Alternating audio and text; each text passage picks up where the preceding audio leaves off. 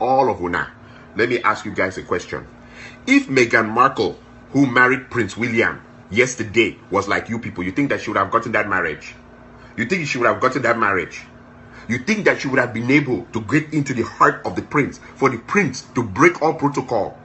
Prince William is the royal family's version of the black sheep. In a way, he's the wild child.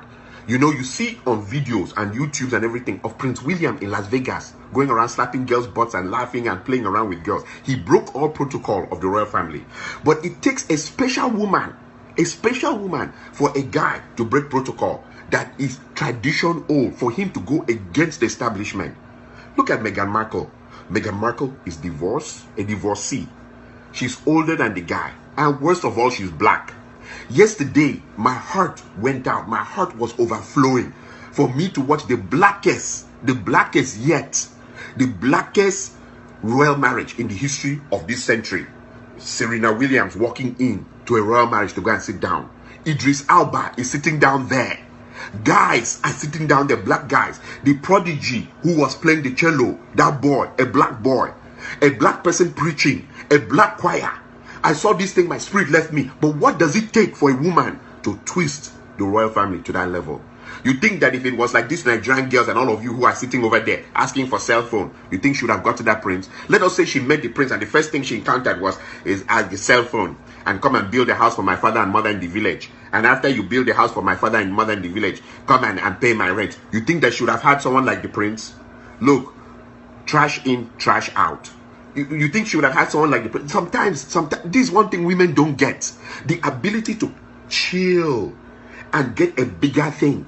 That is your ability to bring in gently the powers that be to get a greater thing. No, you guys, right up front, you will ask for things and destroy everything. You guys, it's not about poverty, because as I'm sitting here, you think I don't have money. I have money to buy cell phone. Oh. I have money to do whatever I want to do. But it's about the attitude. You think that, let us say that when she met that prince, the first thing she told the prince was like some African girls are saying nowadays all over the place. She met the prince and she told the prince, listen, respect is earned. It's not just given. And that men are useless and they're lazy. Or you use that kind of language in front of that kind of guy, you think you'll marry that kind of a person. You go and tell him that men are lazy, men are this, or you start trying to show him that when it's time for him to marry you, he must come and kneel down and you take control. You think you'll marry that kind of a person.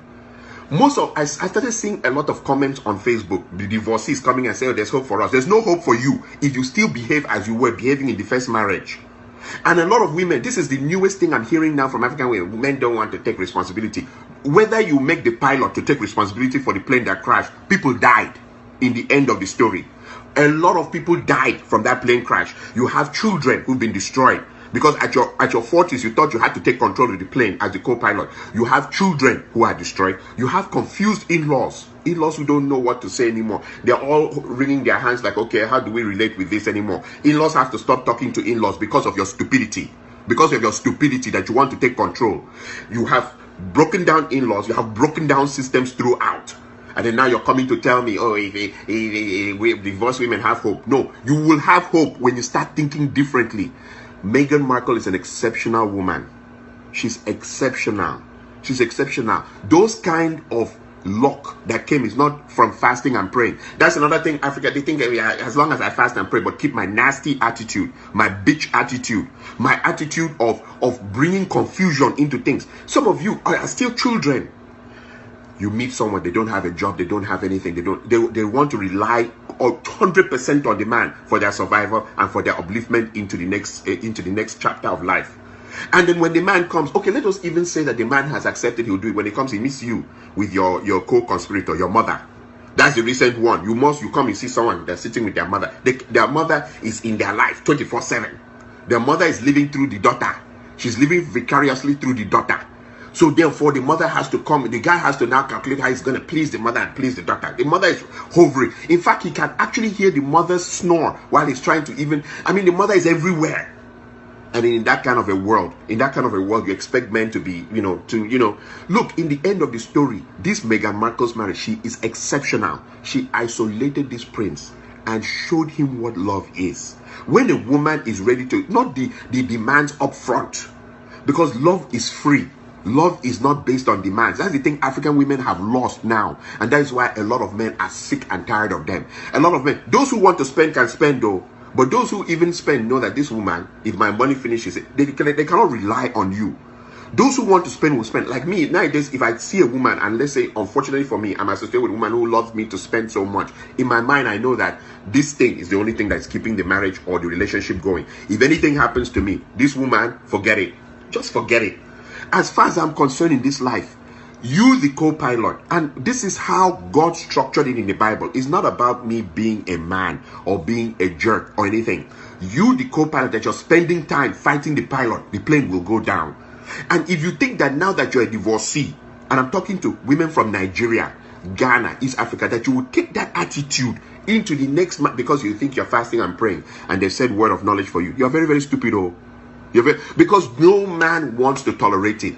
That prince's wedding, for those of you who are getting up to say, I now have hope, change the way you think. Exceptional thinking brings exceptional results.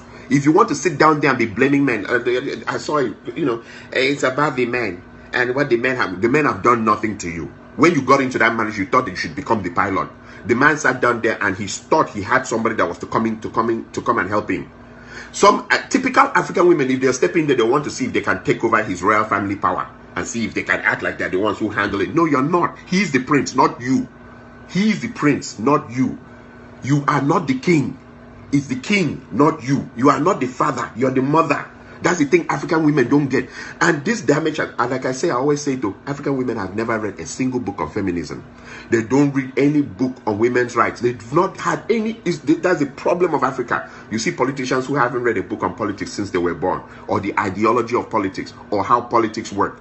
African women, the same thing. They've never read a book on feminism. They have not read a book on women's rights. They don't know how to handle it, so they'll bring it into their marriage. That's the only place where they see a man that they can handle. Outside, they're smiling with people stupidly like clowns. Hey, hello, good morning, sir. The only person they will go and destroy is the person helping them, their own husband.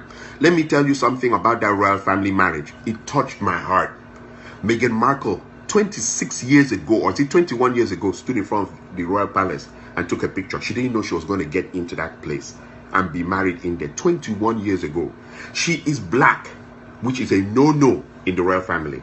She is divorced, which is a no-no in the royal family. Plus, she's older than the guy. Another no-no.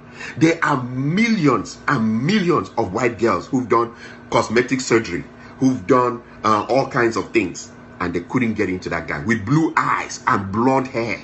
So therefore, you guys, you should rather learn a bigger lesson. You see, as they should do